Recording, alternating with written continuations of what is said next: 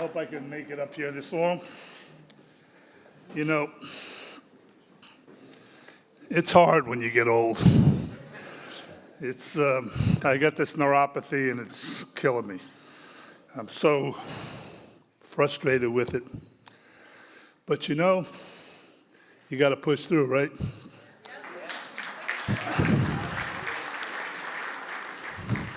Thank you, Bruce, for a wonderful introduction. I really did educate you. But you make me proud. I want to thank the Washington, D.C. Touchdown Club for this honor. It's a very prestigious award, and I'm humbled to take part in it. There's a lot of thinking that goes into accepting this award.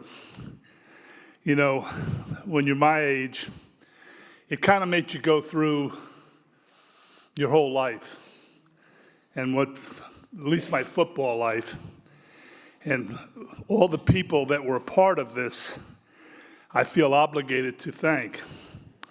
And I'm not really big on long talks, but I apologize because this might be a long one because I had so much help to achieve what my life dream was.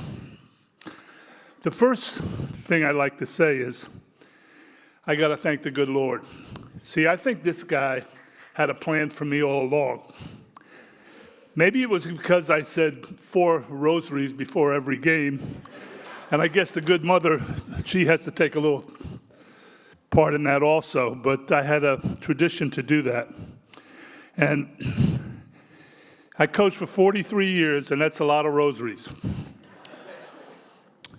I saw great comebacks. I believe in miracles.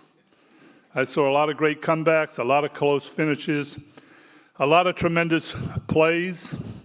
I witnessed players that reached their goals that I never thought they would achieve on and off the field. Those were the rewarding things, and that's one of the things I thank God for. The next person I would like to recognize and thank is Gloria and my girls. Stand up, hon.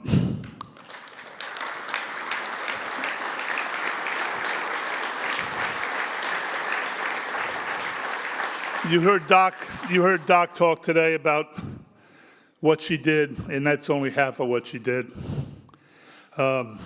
We've been married going on 49 years this June, but we've been partners for over 50 years. This award tonight, she should be up here as much as I, because she's been as much a part of my success than anybody alive.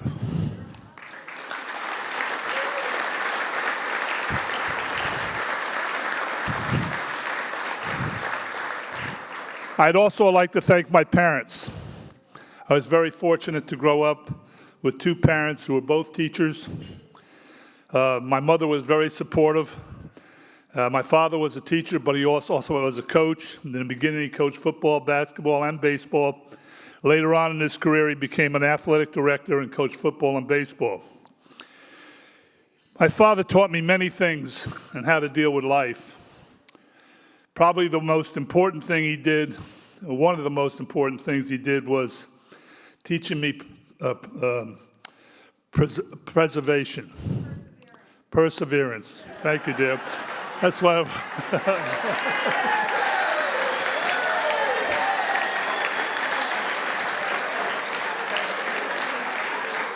When I was at Maryland, I used to call her Gracie because it was like, yes. You know, when I graduated high school, I went to college as a quarterback, and Tom Nugent was the coach at Maryland. And I played quarterback on the freshman team, and my mom used to drive down from New York to watch me play in the freshman game, and then drive back to New York to see my father play at 1 o'clock on Saturday. Coach Nugent got fired after the first year, and Lou Saban came in, and he was going to redshirt me, but then our backup fullback got hurt. Sam Ratigliano was the running backs coach, and he also coached against me in high school. and we used to beat them pretty good, and I used to run pretty good, so he thought I'd make an excellent fullback. So I played fullback for 4 games until the other guy got well, and then they moved me to linebacker. Well, Coach Saban went to Denver the next year, and Bob Ward came in, and we had this unbelievable winter workout program, and we had the wrestling room that was 120 degrees. And I got in the most fights in the wrestling room, so he thought I was a right guard. I never blocked in the three-point stance in my life, so I was a little frustrated. And probably today I'd be in the transfer portal. So I called my dad and I says, I think I need to transfer here. This is not really what I'm really thinking about in college. So he said, well, go see Coach Ward and talk to him and see what he says, and then we'll make a decision. So I go in and see Coach Ward, and he said, we really think a lot of you, but we'll give you a great recommendation to go anywhere you want to go. So I called my dad. I said, where are we going? He gave me this recommendation, and, I'm ready to go. He says, well, when you come home, your key's not going to fit. I said, what do you mean my key's not going to fit? He says, I'm changing all the locks because quitters don't live in this house. So my father wouldn't be big on that transfer portal, And I was furious. I think I ripped the phone off. We didn't have cell phones then. I ripped the phone off the wall. And I said, hell with it. I'm just going to do the best I can with what I got. And you know what? When I think back about it, how many times in my life when things weren't going right, when you just want to give in, did I hear my father's words say, we don't have quitters live in this house?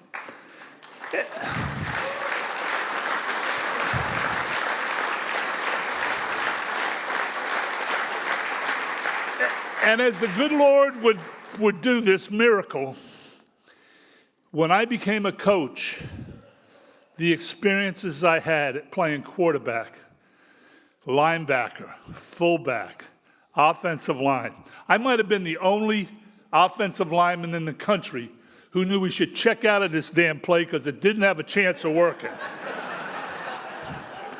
But it was it aided my coaching so much, and that it was a blessing, like a lot of things. And I'm going to point out a few more tonight. When things don't look good, if you keep working and you push your way through it, they'll be beneficial for you in your life. The next thing my father taught me was football. And he did it without me knowing it. My father wasn't one of these Little League fathers that was going to be over you all the time. But when I was 13 years old, or 12, 13, he started taking me to pro football games. And he'd get a press pass. He played at Fordham. My father played at Fordham. He was a freshman when Lombardi was a senior. We drive to Fordham. We park the car. We take a subway to either Yankee Stadium to watch the Giants, or we'd go to the Polo Grounds to watch the Titans. They were the team before the Jets. He'd get a press pass. He'd scalp a ticket for me, so I didn't even sit with him. Okay? Imagine doing this with your kids today. I would sit somewhere in the stadium. Okay? I sat in the bleachers at Yankee Stadium when they carried Frank Gifford off the field when Chuck McNair hit him. I was there that day. And then we would meet somewhere outside the stadium to take the subway, go back to Fordham, and drive home. Now, going home, it was, Tittle hit Schaffner on that outside. What was the coverage you think they were playing? Was it 3 deep? Was it man? Was it 2 deep? And we'd have these conversations. And so I was kind of saying, and we would do this almost every weekend.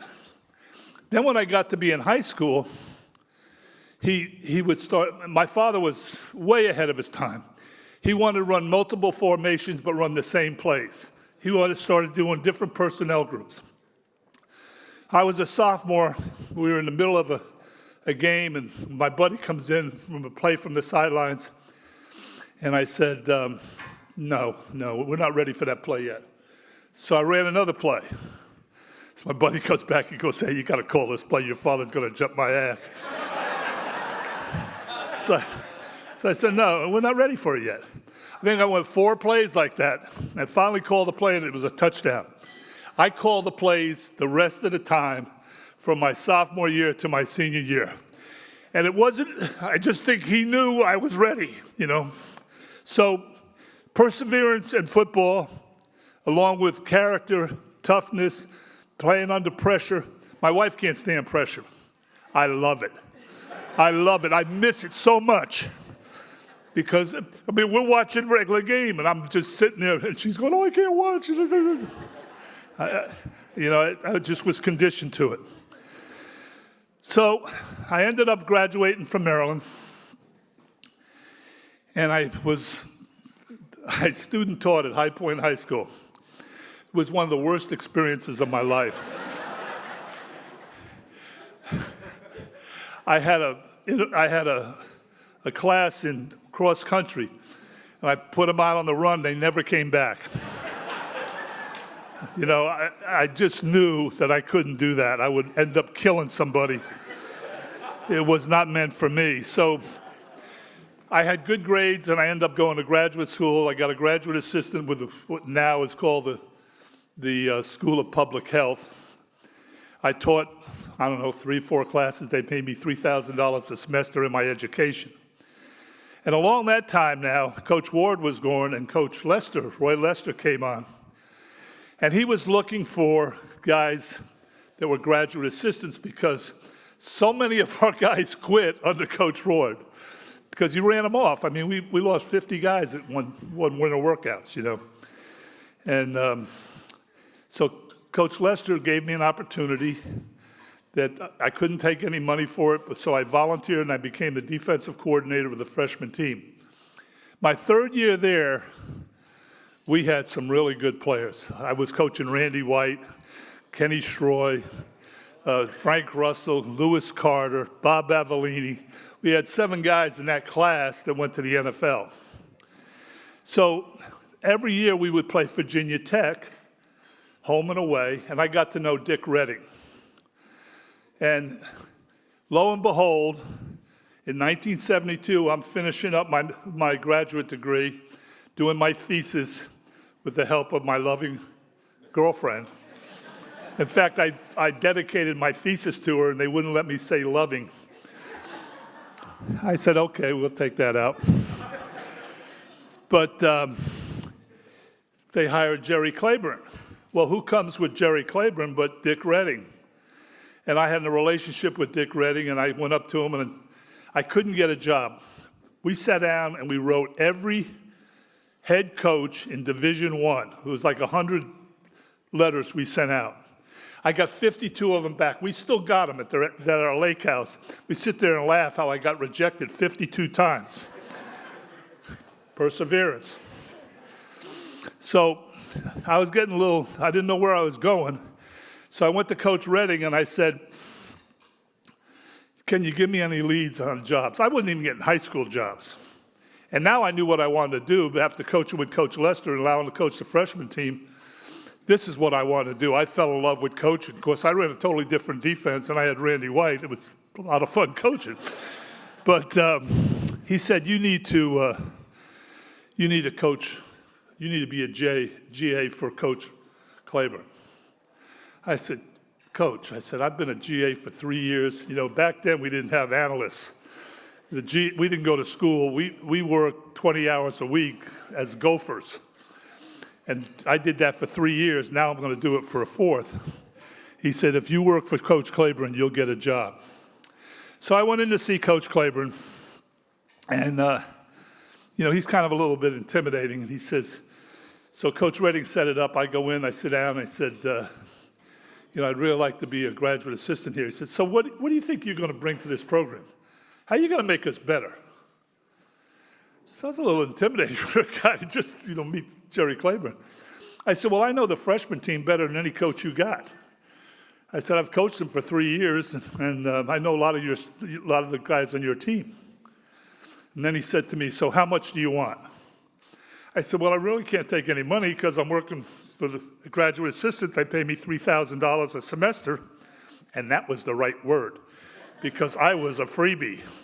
So he said to me, so I'm going to let you work with Coach Ross, Bobby Ross, who's our linebacker coach for the spring practice. So Bobby used to have 5 o'clock meetings in the dorm, and I would go to those meetings. So I figured I'm good to go for September. I come back, and Coach Claiborne told me that he didn't need me anymore. So I'm like, I'm at one of those points in life, right? I got nowhere to go. Yeah, I got a master's degree, but nobody wants to hire me. So I see Coach Redding, and I tell him, and he's kind of taken back. So Coach Redding and Coach Ross go in and see Jerry Claiborne and tell him that they should hire me. So he brings me back, and he says he's going to put me on, and he's going to pay me $150 a month. And you know what? Frank Beamer was making the same amount of money as me, but he got Frank Beamer's wife a job with the SID, so he had a salary coming in. I barely got room. I didn't have any any room. So I did the next best thing. I moved in with my girlfriend. She was getting $3,000 a month. So, but I was good to go. I was hired by Jerry Claiborne. I'm going to work. And when you're the last guy hired, you always get the dirty end of the stick, right?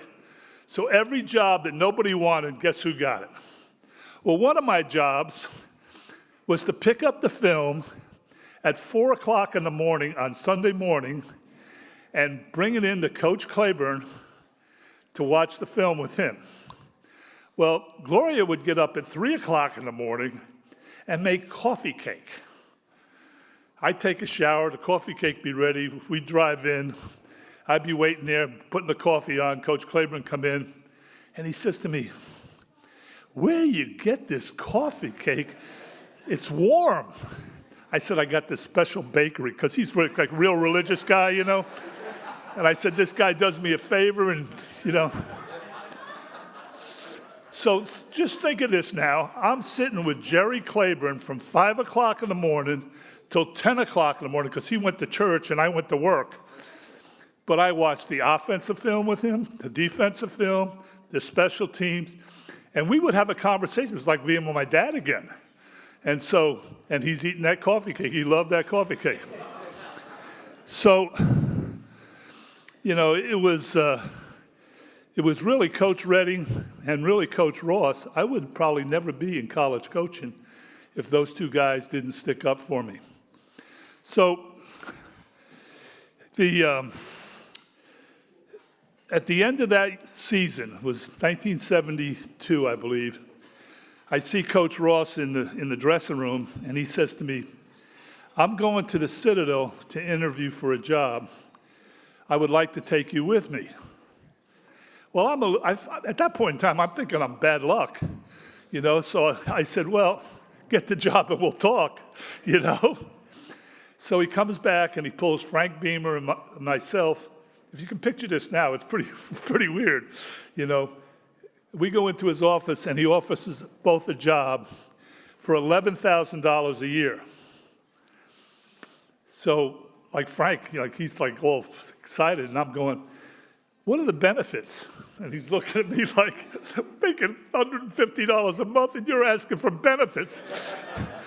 And I said, well, you get insurance. He said, well, you get housing cheap, and blah, blah, blah, blah. So Frank and I went out and had a few drinks afterwards. He said, I can't believe you're asking him those questions. You know, he said, we're lucky to have a job, and we were. And we went down to Charleston, and, you know, Frank and I actually shared it. We had our desks back to each other as GAs, and then when we went down to the Citadel, we shared an office together for 5 years. Actually, he lived on the first floor, and I lived on the fourth floor of this apartment. So we became very good friends. We were actually in Lamaze class together. Yeah, that was interesting. They would pick us up from practice, the wives, and we'd have a little libation ready to go, and so we told everybody it was iced tea. So I coached with Bobby Ross at the Citadel. We're getting ready to start the first season. And we're all excited. We're going to play Clemson the first game of the year. And the Citadel's going to Death Valley. And I get this letter from Coach Claiborne. So I'm saying to myself, maybe he really did appreciate all the work we did. So I opened the letter, and he said, Ralph, wishing you the best this season. Could you tell me the place you got the coffee cake from?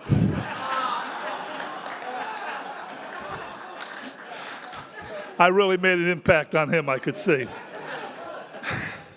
So I coached with Coach Ross for 20 years. I coached with him at the Citadel for 5. I coached with him at Maryland for 5. We won 3 ACC championships. Tony Edwards here was my left tackle. Kevin Glover was my left tackle first, and then he was my center. Easiest guy I've ever had to coach. Unbelievable. And then the Len bias happened. Things got bad. Coach Ross went to Georgia Tech, and we struggled at Georgia Tech. I think in '87 we were 2-9, then we were 3-8, and then we turned it around in '89. But I'll talk to you about that in a second. Then we went to San Diego, and we won. We went to the playoffs 3 out of 5 times, won the AFC Championship, which they haven't done since. This was in 1994, and then we went to the Super Bowl. And I wish we could have won that game, but we didn't. So from Bobby Ross, I learned how to organize. I learned how to organize a team. I learned how to organize practice. I learned game planning and attention to detail. And then I learned how to take a loser and make him a winner. And I'll tell you this story. When we were 2-9 and 3-8 at Georgia Tech, and we thought we were gone, And Bobby said to us just before spring practice, our players have no confidence. I do not want to hear a negative word said in practice. And he looked at me and he says, I don't even want to see you look negative. So it was unbelievable. We were saying, way to break the huddle. Good job, Great effort, good run. I mean, it was almost pathetic. We start the season off, we go 0-3. The third game, Hurricane Hugo hits my house in Charleston, South Carolina, and that weekend we're playing South Carolina. We had no electricity in the hotel, no air conditioning. We get beat by South Carolina. We're 0-3, maybe no house. Again, one of these low moments, man. And he says to me, he sends the whole staff recruiting except George O'Leary and myself, who were the 2 coordinators. He said to me, I want you to analyze the defense, tell them where they're weak. He told George to do the same thing on offense. So George tells me, you only got 2 players that can make a play. Your quarterback, Sean Jones, and your running back, Jerry Mays. I told him what I thought. Well, who comes rolling into town next? Maryland. And we're about a 30-point underdog to Maryland because we have lost 16 straight ACC games. 16 straight. Well, we beat Maryland by 20 points that day. Then we go on, and we got to play Clemson next in Death Valley. We're a 30-point underdog. We beat them by 30. We won 7 out of our 8 games, beat Georgia, should have went to the Peach Bowl, and Georgia went instead of us. But next year we went 11-0-1 and won a national championship and an ACC championship. My point is perseverance. It couldn't get any lower than what it was.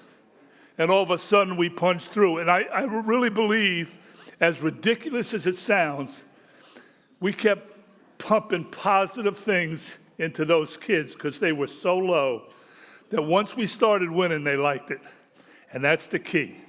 Once you get guys that like to win, you can motivate them. My next guy I have to thank is George O'Leary.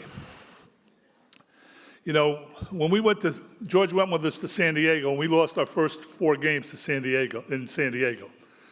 So the owner calls Bobby up and he says, how long is it going to take to start winning games? And Bobby said to him, how long did it take you to make all your millions? He said, 20 years. He says, not going to take us that long. So we win our next game. We win our next 10 out of 12. We end up 10-6, and we go to the playoffs. And then I became the full-time coordinator. We ended up going to the Super Bowl my first year.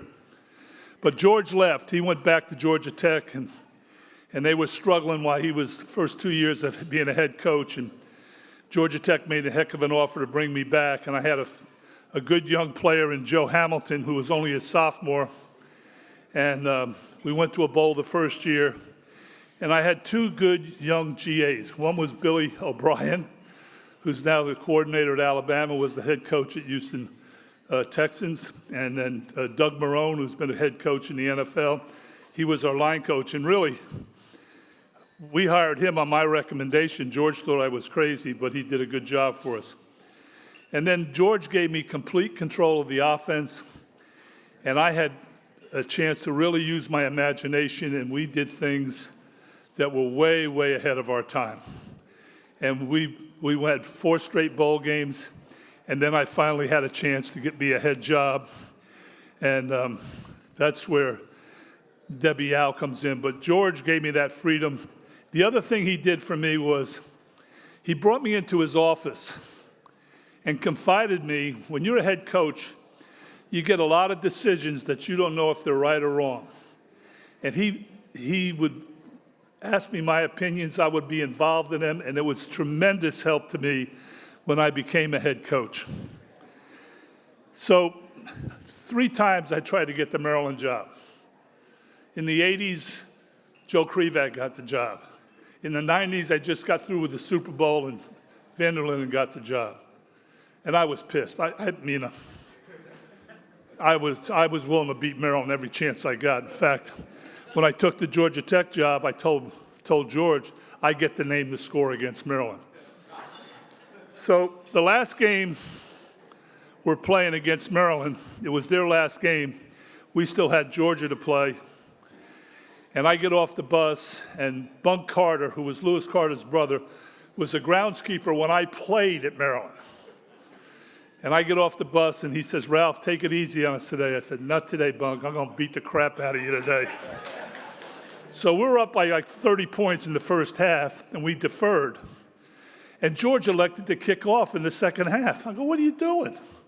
He goes, we'll get the ball in the fourth quarter. I said, this thing's over in the third quarter.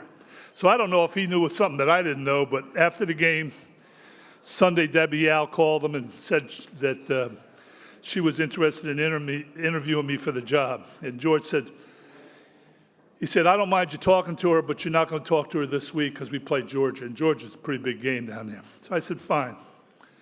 Well, my agent calls me during the week and said they're looking for a head coach. And I said, take my name out. I don't want to be dealing with this anymore. Thursday, she calls me and she said, we're serious if you're serious.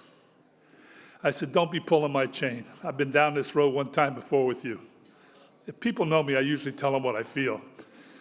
So she said, I want to interview you. I said, when? She said, I'm coming to Atlanta on Sunday. I said, well, I got to grade the film of the Georgia game. I'll meet with you in the afternoon. So I met with her for about 4 hours. It went well, and she ended up hiring me. And when she hired me, she said, you are the most important hire of my life. She said, if you're not successful, I'm probably not going to be the AD here anymore. So I said, well, I'm not planning to be unsuccessful. And she said, well, we're joined at the hip. I said, Debbie, that ain't a pretty picture. So for my first 3 years, she was great. By being in Maryland as a GA and then coming back in the 80s, I knew what Jerry Claiborne did to win. I knew what Bobby Ross did to win. I knew what we needed to fix because there were a lot of things that had changed in those 15 years that they didn't go to a bowl game. I was offensive coordinator the last time they went to a bowl in 1985. And she gave me the resources, and she gave me the freedom to do that. In fact, when she got one of my kids eligible, she came out to practice and told me that this right guard was eligible, Lamar Bryant, and I kissed her right on the field. It's probably the first time the ADs ever got kissed by the head coach. So we won 31 games in 3 years. We had top 10 rankings in 3 of those years with national rankings. We went to the major college, major bowl, the Orange Bowl. went to the Peach Bowl, we went to the Gator Bowl.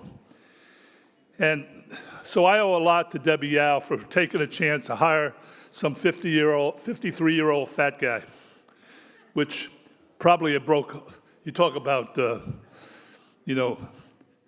prejudices. That's one that should be prejudiced. The coaches, all the coaches I have coached with, I have to thank. What I learned from them and then was able to compete with them is unbelievable. I would particularly like to thank the coaches that I had hired as a head coach. My coordinators, Gary Blackney, Charlie Taff, Ray Rosleski, were not only great coaches, but great people, as Bruce had noted. And I was very fortunate to inherit two very good young coaches who Debbie recommended, but I didn't have to hire them. And that would be Mike Loxley and James Franklin. I was very impressed with them. Please. I was very impressed with them with their work ethic, with their desire to learn, and with their ability to recruit. And I knew they would make a major impact on our program. Last but not least, the players. All the players that I've coached in 43 years have meant so much to me and fulfilled my life. I have 3 girls, and I must have 2,000 sons, because even now, I'm in such close contact with so many of our kids and being a part of their lives and having their parents text me or email me on holidays or Gloria on Mother's Day. So you had to have some impact, mostly moms, that remember you 20 years later. I mean, that's pretty special. I'd also like to give special thanks to the players that I coached, because without the players, it just doesn't work, and especially the players that I coached in 2001. As Bruce had mentioned, they had a goal to win 6 games. I don't think I've ever been a team that ever had a goal to just win 6 games. And quite frankly, I was disappointed, because my goal is to win a conference championship and win a national championship. But I kind of got the feeling they wanted to win so bad that to get to a bowl game, they had to win 6 games. So I can remember the first meeting I had with the team. And Mike and James, I didn't allow them in the meeting. They were pissed at me, but I've had a lot of people pissed at me, so it didn't really bother me. But I wanted to meet with them and to tell them that I had experienced what they're going through. I had 3 different head coaches as a player. And everyone comes in and going to change the culture. No. You mold the guys that you have. Don't worry about the last coach that was there. Worry about your coach, what you're going to do. And I told them that it was going to be tough. I told them that I'm going to work you hard. You're going to be in the best shape. You're going to be stronger than you ever been before. You're going to be faster than you ever been before. And you're not going to beat yourselves. We're not going to turn the ball over. We're going to win the penalty battle. We're not going to give up sacks. We're not going to miss tackles. We're going to do the fundamentals, and we're going to do them very well. And you're going to start winning games that you shouldn't win. And then you're going to start gaining confidence that you can win. And once you get the taste of winning, there's no other taste like that, because winners think they're going to win and losers believe they're going to lose. And that's the difference. And that's the thing you have to get across to these kids. So when I look back at the good Lord and the miracles that he created, he didn't want me to coach Maryland in the 80s. Either they weren't ready for me or I wasn't ready for them, or the 90s. He waited till I had this special group of players that didn't give a crap what they had to go through. They were so determined to win, it made coaching easy. And we had some differences of opinions. Some guys, wanted to be just on the team.